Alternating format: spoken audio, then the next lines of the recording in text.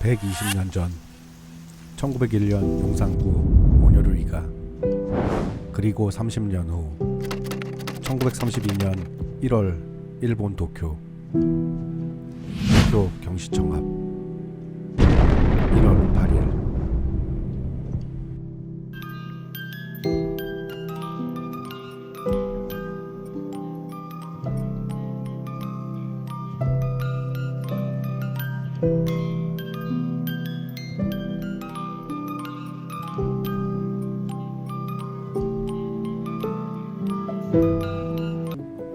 영원한 쾌락을 꿈꾸던 한 청년의 이야기 지금 시작합니다.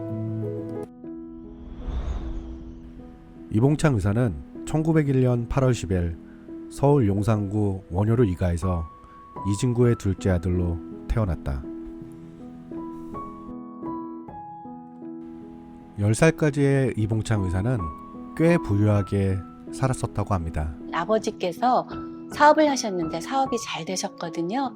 그런데 이후 아버님도 아프시고 일본인한테 사기를 당해서 그 세 채의 집을 몽땅 뺏기게 됐어요. 사진으로 나와 있는데요. 여기서 25살까지 사셨어요. 청년 시절의 이봉창 의사는 어땠었나요? 일본인이 경영하는 과자점하고 약국에서 근무를 했어요. 일하던 중 이봉창 의사는 한 가지 이야기를 듣게 됩니다.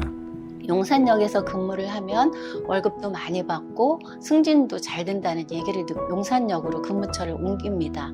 용산 정거장에서 일한 지 1년이 지난 이후 일본인과 차별을 받게 됐습니다. 자기가 가르쳐준 일본인이 자기보다 먼저 승진을 해서 그 사람 밑에서 일하게 되는 그런 상황도 됐고요.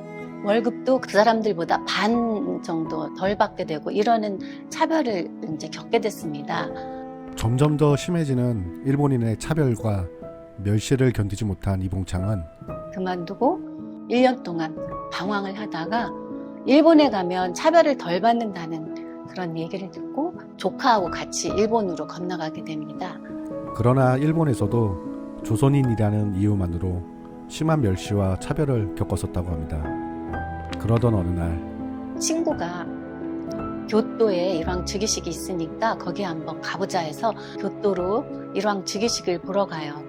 일왕이 오니까 검색을 하는데 두 친구는 이제 통과가 됐는데 이봉창 의사는 호주머니에 한글과 한문이 섞인 편지가 발견됐다는 이유로 그 자리에서 바로 경찰서로 끌려갑니다. 그래서 9일 동안 유치장에 검속이 돼요.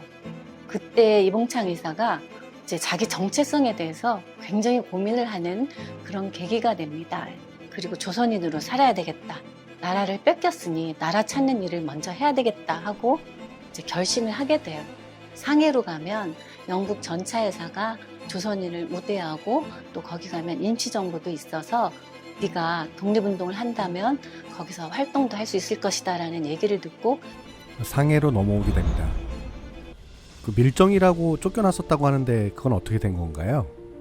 임시정부에 찾아갔을 때 이봉창 의사가 아시다시피 이봉창 의사는 덧니도 있어요. 완전히 일본인처럼 옷을 입고 말도 한국말보다는 일본말을 더 유창하게 하면서 독립운동하러 왔다고 그러니까 임시정부 직원들이 딱 보니 일본인인 것 같은 거예요. 그래서 얘는 분명히 밀정이다. 당시 임시정부 건물 2층에 있던 김구는 소란스러운 소리를 듣고 내려오게 됩니다.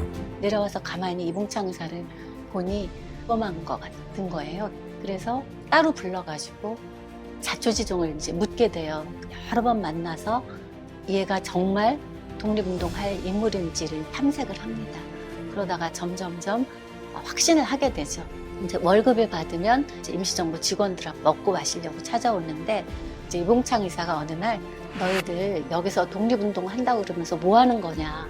내가 일본에 있을 때 일왕이 지나가면 다들 이렇게 엎드리라고 그러는데 그때 내가 나한테 폭탄이 있으면 일왕한테 위해를 가할 수 있겠다라는 생각이 들었었다. 그랬더니 그 임시정부 직원들이 그거 말이 쉽지 아무나 할 수 있는 일이 아니다. 나한테 폭탄만 줘봐라. 나는 충분히 그 일을 할 수 있다. 그런 얘기 하는 거를 김구 선생님이 듣게 돼요. 그래서 따로 불러가지고 이제 김구 선생님 그럼 너한테 폭탄을 주면 네가 그 일을 할 수 있겠느냐 그랬더니 그때 이봉창 의사가 내가 31살 동안 비록 차별을 받고 그렇게 살긴 했지만 내가 하고 싶은 건 다 하고 살았다. 온갖 쾌락을 다 누리면서 살았다. 앞으로 반생을 더 산다고 해도 지금보다 더 잘 살 자신도 없고 사실 더 살고 싶은 생각도 없다. 나머지 인생은 나라를 찾는데 내 목표로 삼고 싶다. 이렇게 결연하게 얘기를 합니다. 너는 일본인 그 회사에 가서 정말 일본인처럼 숨기면서 살아라 하면서 그 사이에 이제 이봉창 의사는 상해에 있는 일본인 사회에서 완전히 일본인처럼 삽니다. 그래서 상해에 있는 총영사관에도 출입증 없이 드나들 정도로 그렇게 친화력 있게 일본인들하고 지냈어요.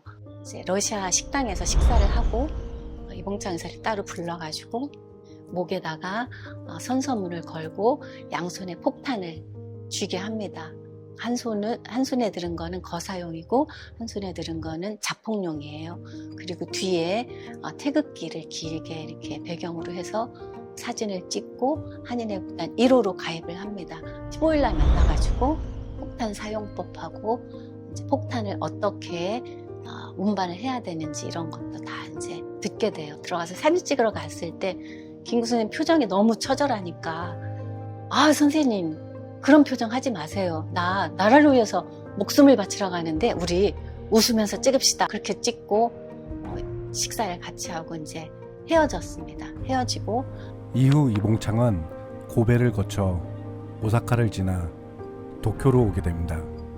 도쿄에 가가지고 어느 날 이제 숙소에서 의거 날짜와 의거 장소 이런 것들을 사전에 이제 김구 선생님하고 상하이에서 이제 얘기를 하다가 내가 일본에 가서 의거 날짜나 장소 이런 걸 다 특정을 하겠다. 도쿄에 가서 이제 저녁에 신문을 읽고 있는데 아사히 신문에 1월 8일 날 요요기 연병장에서 일왕이 시 관병식을 한다는 보도를 보게 돼요. 그래서 이봉창 의사가 이날 결행하면 되겠다 해서 드디어 이제 김구 선생님한테 1월 8일 날 상품이 반드시 팔릴 것이니 염려 놓으시라 이런 암호 같은 전보를 보내게 됩니다. 1932년 1월 일본 도쿄.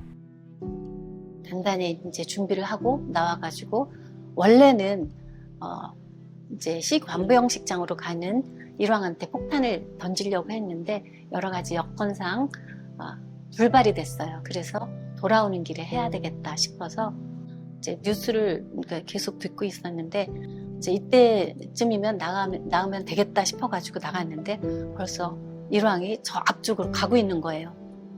일왕은 이렇게 우회를 해서 간다고 한다. 그러니 직진해갖고 가면 혹시 만날 수도 있을 것이다. 그런 얘기를 듣고 막 달려가지고 가는 곳이 경시청 앞입니다.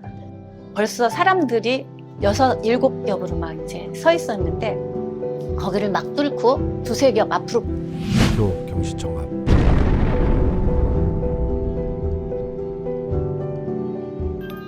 일왕을 향해 폭탄을 던졌지만 실패하고 말았습니다. 그때 이제 첫 번째 마차에 원래 일왕이 타고 있었는데 이봉창 의사는 왕이라면 혼자 안 탔을 것이다 생각하고 첫 번째 마차는 보내버립니다. 그리고 뒤에 이제 국내부 대신이 타고 있고 그 뒤에 막 의장병들이 타고 있으니까 두 번째 마차에 일왕이 탄 줄 알고 두 번째 마차에다 폭탄을 던지거든요. 이제 취조할 때 왜 자수했냐 했더니 죄 없는 사람이 나 때문에 감옥에 가는 걸 원치 않았다라고 했고 최종 9월 30일 날 사형 선고가 내려져서 열흘 있다가 10월 10일 날 이치가의 형무소에서 사형당하셨습니다. 당신들이 있었기에 지금의 저희가 있습니다. 모든 독립운동가 분들에게 항상 감사합니다. 이봉창 의사 역사올림가는 서울특별시 용산구 백범로 281-9번지에 위치하고 있습니다. 많은 관심과 사랑 그리고 많이들 방문해 주셨으면 좋겠습니다. 감사합니다.